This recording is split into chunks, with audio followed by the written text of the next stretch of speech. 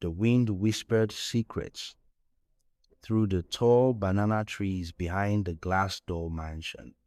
Rain danced softly on the roof like tiptoeing feet, and inside the hospital room, the walls smelled of medicine, fear, and silence. Zara lay still on the hospital bed, her skin pale, her lips barely moving, but she was not dead. Not yet. A heart monitor blinked quietly beside her. Beep, beep, beep. It was the only sound in the room besides the humming air conditioner and the steady breath of Dr. Evans, who stood by her side like a nervous ghost. "Are you sure about this, Zara?" he asked, his fingers trembling as he adjusted the IV drip. "Once we start, there's no going back." Zara opened her eyes. They were fierce, sharp like a knife dressed in velvet. "I want to know if my husband loves me or if he's only waiting for my money to become his," she whispered. "He thinks I'm blind, but I see everything." The doctor hesitated. He had known Zara for 10 years before the fame, before the billion-naira empire. But now, here she was, asking him to help her vanish. To die, not for real.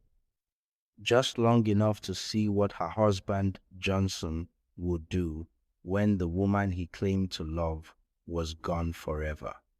With a shaking hand, Dr. Evans pressed a button. The heart monitor let out a long, high-pitched beep. "Flatline, time of death, 10:43 a.m., he said. And just like that, the richest woman in Ikoyi became a ghost. News of Zara's death spread like wildfire. It burned through the neighborhood, jumped across social media, and sizzled in the hearts of the rich and envious. Her funeral was the biggest the city had seen in years. White roses lined the aisle. Men in black suits wore dark glasses to hide their dry eyes. Cameras flashed. Reporters whispered into their microphones. Some people cried because they truly loved Zara. Others cried because it was the right thing to do in public. And her husband, Johnson? He stood still, looking down at the gold-trimmed casket. No tears, no sniffles, just silence. Zara watched everything from a secret apartment nearby. Her long hair was tucked under a scarf. Her once famous face was hidden behind sunglasses. She sat with her best friend, Titi, who clutched her hand tightly. "He didn't even blink when they lowered your coffin," Titi whispered, anger boiling in her chest. "Zara, are you sure you want to go through with this?" "I need to know the truth," Zara said, her voice hard but shaky. "Love isn't silence.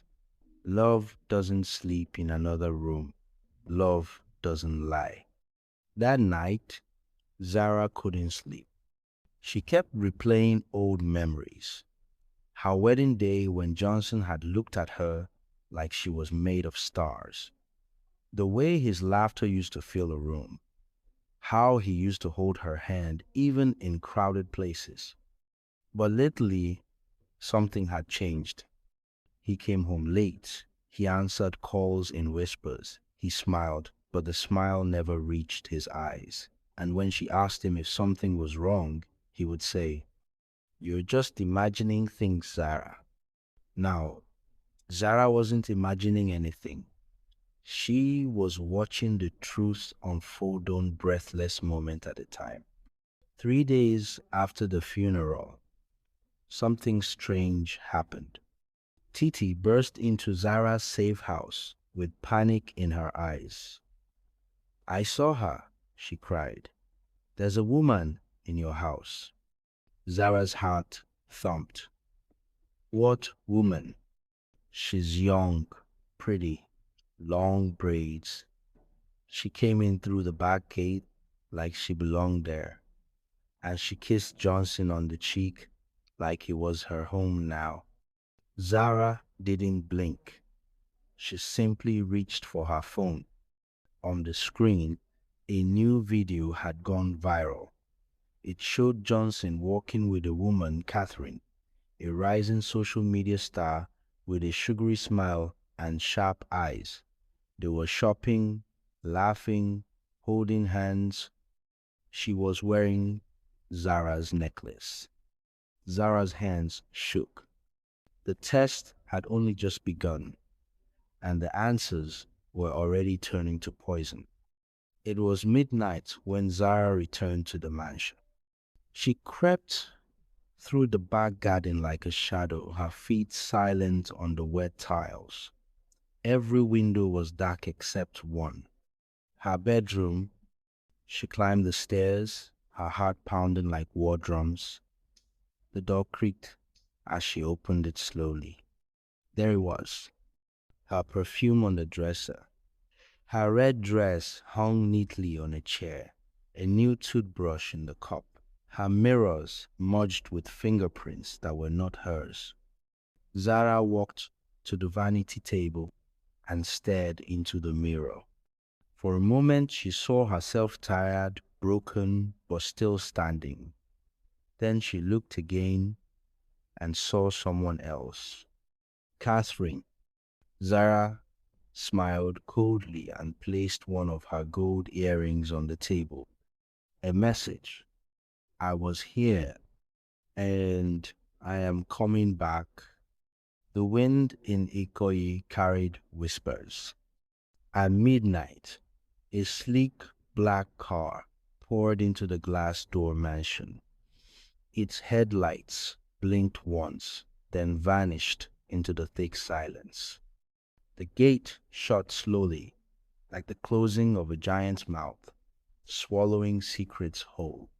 Zara watched from a distance. She wore a scarf that covered her long hair and a thick coat that didn't match the Lagos heat. But it wasn't the heat she feared, it was the fire that burned in her chest. Through her binoculars, she saw her husband, Johnson, step out of the car, and then came her. The woman. She wore Zara's favorite red kaftante, one with golden thread stitched by hand in Marrakech.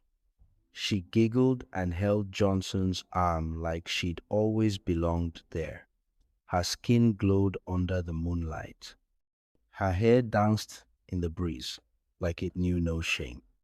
Zara's heart punched her ribs. That's mine, she whispered. My home, my clothes, my husband. But it wasn't just heartbreak. It was something deeper. A dark, tangled vine crawling through her soul. This woman wasn't just replacing her, she was erasing her. Zara waited 3 more nights. She watched the woman move freely through her mansion, laughing barefoot in her garden, playing the piano in the sitting room, even instructing the maids like she was the madam of the house. But what broke Zara was the laughter. It sounded like her own. On the 4th night, Zara slipped in. She wore all black and carried a tiny flashlight like a spy. She knew every corner of that house, every step on the staircase that creaked, every place the shadows liked to hide. She crept up the stairs and paused at the master bedroom door. Her bedroom. She pushed the door open slowly. The scent of vanilla and roses greeted her hair perfume. She stepped inside and walked toward the vanity table. And there it was.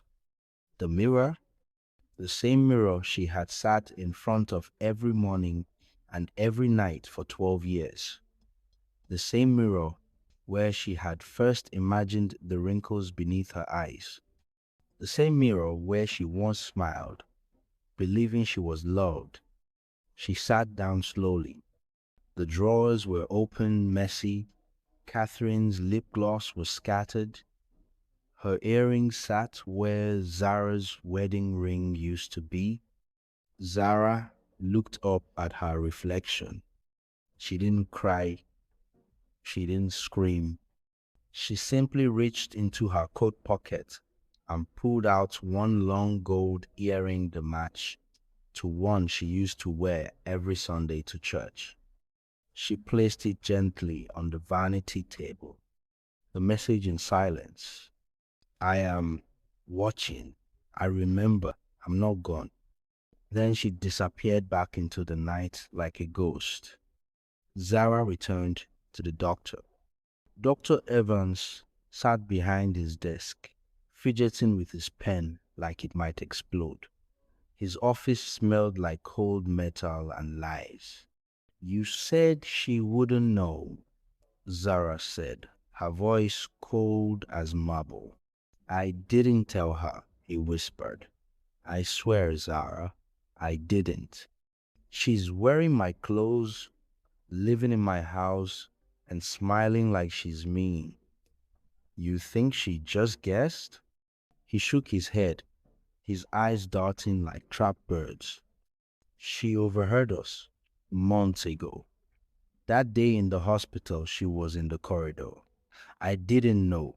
She blackmailed me, said if I didn't keep quiet, she'd ruin both of us. She threatened my family. Zara. Zara's jaw clenched. Her heart was no longer breaking, it was sharpening. Then she's not just a mistress, she said. She's a thief, a liar, a storm in my name. Evans looked terrified. There's something else, she asked, for your medical records. Zara froze. Why would she need those? I don't know, but she made copies. That night, Zara sent a message to Johnson. Come to the house on Waterleaf Street. Alone. No phones. Midnight. Or you'll regret it. He came. He wore a dark shirt and nervous eyes. He opened the door slowly, like a child peeking into a nightmare. Then he saw her. Zara stood under a single light, her face half covered in shadows. She looked like a ghost who had returned to collect something forgotten. Johnson froze. His mouth opened, but no sound came. You're not dead, he breathed. No, she replied, but maybe I should have been. There was silence so loud it felt like thunder waiting to scream. You didn't grieve, Zara said. You brought her into my house, into our bed. He stepped forward, then stopped. His hands trembled. I knew, he said quietly. I knew you weren't really gone. Zara blinked. What? I recognized the handwriting on the note at your funeral. You always called your L's. You forgot to change that. Zara took a step back. You knew I was alive, and you just moved on? Johnson sighed, his face tired. Zara, I didn't care anymore. You don't love, you control, you test, you trap, you left because you wanted to catch me, not because you trusted me. Zara stared at him, her chest rising and falling like a wave, refusing to crash. So you gave up on me. Catherine made me feel seen. Zara's eyes burned, but not with tears. With truth, with fury, with clarity. Then you deserve her, she whispered. Every piece of her. Zara sat in the back seat of a dusty black car, hiding beneath a long scarf that covered her hair and face. The air inside was hot and quiet, but her heart was pounding like a drum in a jungle dance. She held a worn photograph in her hand, the last picture she took with her husband before she died. He was smiling, but now everything had changed. She watched from the corner of the street as Catherine, the woman who took her place, stepped out of Zara's mansion wearing her gold heels, her silk robe, and even carried her favorite perfume bottle like it belonged to her. Zara's hands trembled. This was supposed to be a test, she whispered to herself, her voice cracking. Not a takeover. The next stop was Dr. Evans' private office, hidden on the top floor of an expensive clinic. He had promised her safety. He had promised her silence. When she walked in, his face turned pale like he'd seen a ghost. Zara, he stammered. Doctor, she said calmly, why does she know I'm alive? The doctor shifted uncomfortably. I I didn't tell her. She found out months ago. She she was at the hospital. She followed me. I never knew she was watching us. Zara's eyes narrowed. And you didn't warn me? I was scared, he cried. She threatened to expose us. She knew everything. Zara, your medications, your fears, even the secret about your family. What secret? Zara interrupted sharply. The doctor paused. His mouth opened, then closed. Then he said something that chilled her blood. She called you her sister. Zara's knees buckled, and she had to sit down. The walls of the clinic seemed to close in. Her thoughts raised like a tornado, sweeping away everything she believed. Sister, she whispered, what kind of game is this? Night fell like a thick blanket over Lagos. The street lights blinked one by one, and shadows danced along the edges of the quiet estate road. Zara stood at the old chapel behind the garden of her family's abandoned summer house. It was dark, filled with cobwebs, and smelled of old books and secrets. She had sent her husband, Johnson, a message from an unknown number. Come to the chapel if you ever truly loved me. He came, his footsteps echoed across the wooden floor as he stepped inside. Then he saw her alive, standing still like a ghost, dressed in the same color she wore the night they first kissed. His eyes widened, his lips parted. Zara? She didn't move. Yes, it's me. He stumbled back, shaking. How? You were dead. I buried you. She took a step closer. Number, you buried your guilt. But I'm still breathing. Johnson dropped to the floor, holding his head. His breath came out in sharp, broken gasps. I knew it, he whispered. I knew you were alive. Zara blinked. You knew? I could feel it, he said. But I didn't care. Those words sliced her heart like broken glass. You didn't care? She said, her voice trembling. You always controlled everything, Zara. He spat. Even in death, you tried to own me. I was drowning before you died. I was suffocating, and Shesh made me feel alive again. She? Zara said. The woman wearing my face? The one pretending to be me in my house? Johnson stood, face full of shadows. She gave me peace. Zara looked at him for a long moment. Then She said softly, "That peace is a poison, Johnson. You don't even know what's hiding." He stared at her, but the walls between them had already crumbled. Rain fell in fat, heavy drops as Zara walked through the graveyard behind her childhood home. It was the only place she could think clearly. That's when she remembered something in an old story her mother once told her. Your father, her mother had said, wasn't as faithful as people thought. Zara raced back to her mother's hidden drawer in the house. Inside were old letters, yellow with time. One of them was signed with a name she had seen before. Catherine Madueke. The truth snapped into place, like a puzzle piece that had always been missing. Catherine wasn't just an enemy. She was family, a forgotten daughter, a child born from her father's affair with their housemaid, a girl raised in bitterness, cast aside while Zara lived like a queen.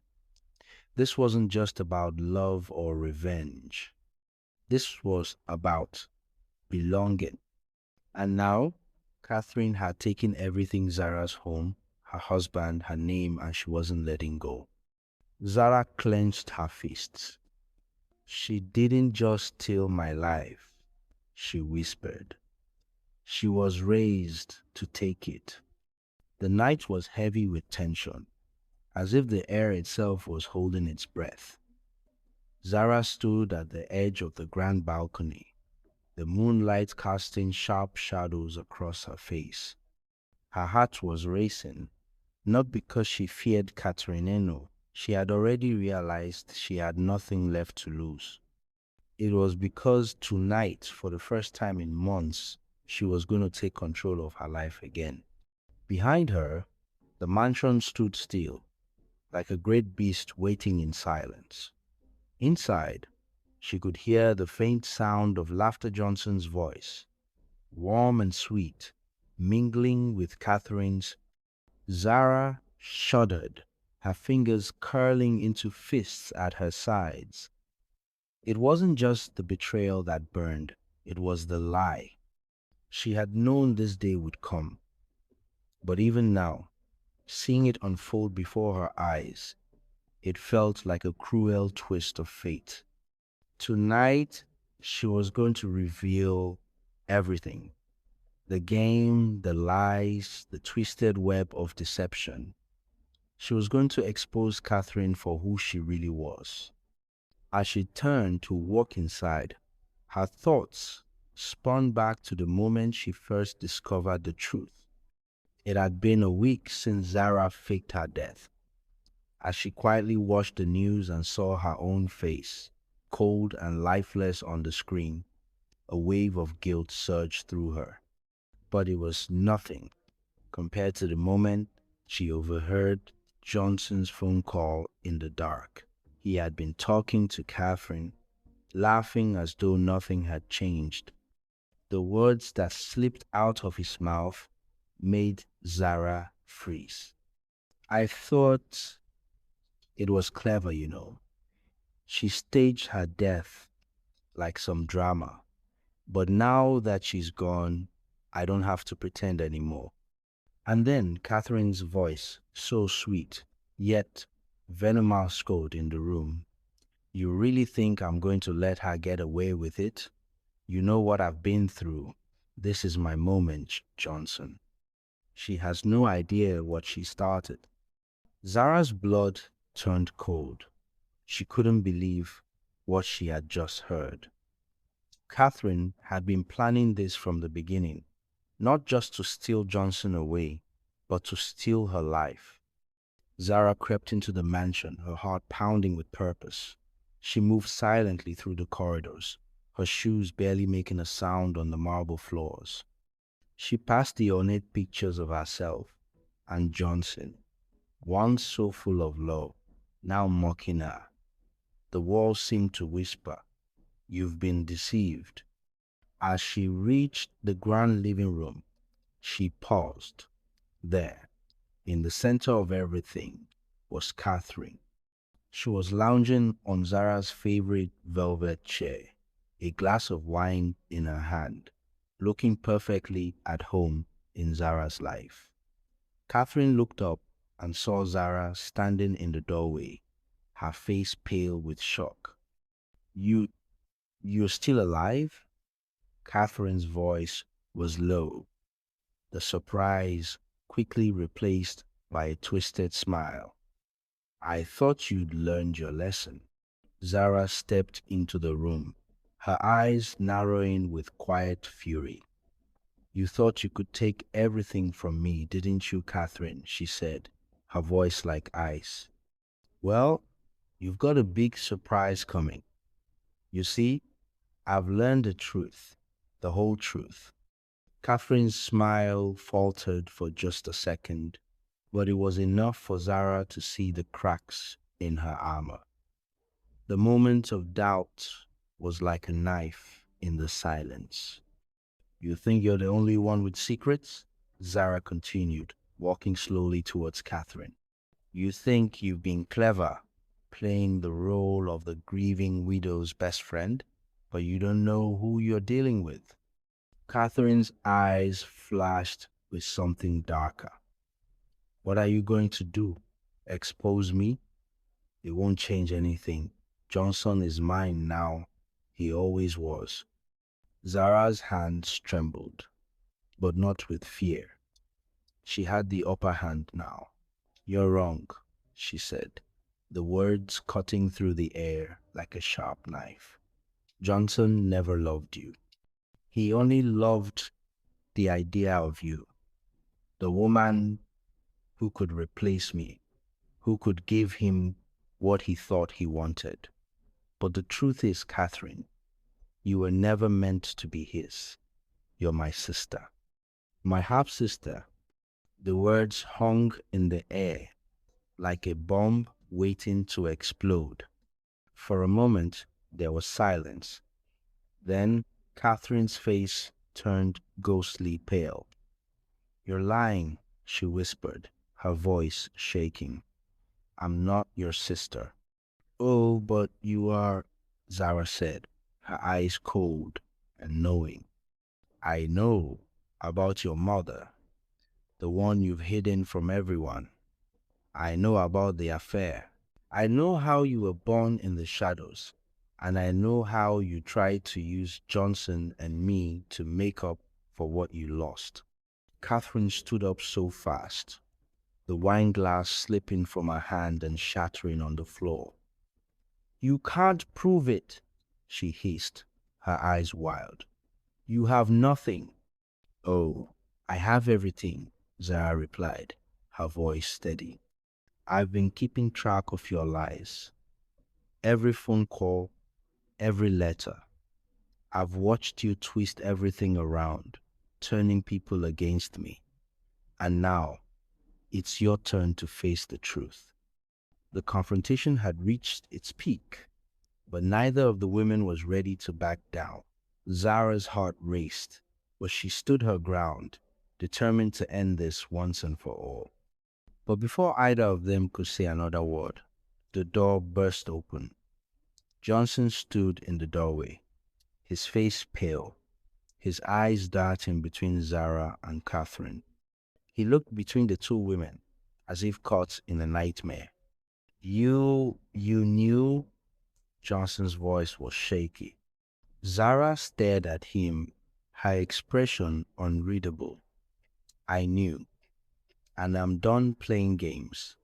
Catherine stepped in front of Johnson, her eyes flashing with desperation. Don't listen to her, Johnson. She's trying to destroy everything we've built. Zara raised her hand, silencing her. We built nothing. You stole everything from me. And now, Johnson, it's time to face the consequences of your actions. The room was thick with tension. Johnson seemed to be struggling with his emotions, love, guilt, and a bitter sense of betrayal. Zara, I never meant for any of this to happen, he whispered, looking at her with broken eyes. But Catherine, she lied to you, Zara interrupted, her voice firm. And you let her. With one final sharp breath, Zara turned away from him and toward the door. This game is over, she said. If you want to fix this, fix yourself, but you've already lost me. As Zara walked out of the mansion, she didn't look back. Her heart was heavy, but for the first time in months, she felt free. The truth had been revealed, and now Zara knew who she really was, stronger, wiser, and no longer willing to be anyone's pawn. Zara stood before her vanity once again, her reflection now a testament to everything she had overcome. The woman staring back at her was no longer the naive girl who had once trusted too easily. She was powerful, unshaken by the storms of her life. As the sun rose, casting a golden glow over the mansion, Zara smiled faintly at her reflection. She had taken back what was hers: her life, her truth, and her power. In the mirror, she saw only herself, standing tall and proud, and for the first time, she was at peace. The story teaches that the truth always comes to light, no matter how deeply hidden, and that self-worth must come from within, not from others. Betrayal, though painful, doesn't define who we are, and trusting our instincts is key to uncovering the truth. Honesty is a powerful tool for reclaiming control over our lives. And while revenge may seem tempting, peace comes from confronting the truth. Healing is a personal journey, and we must not let fear hold us back. True love is built on trust and respect, and the greatest power lies in knowing and embracing who we are.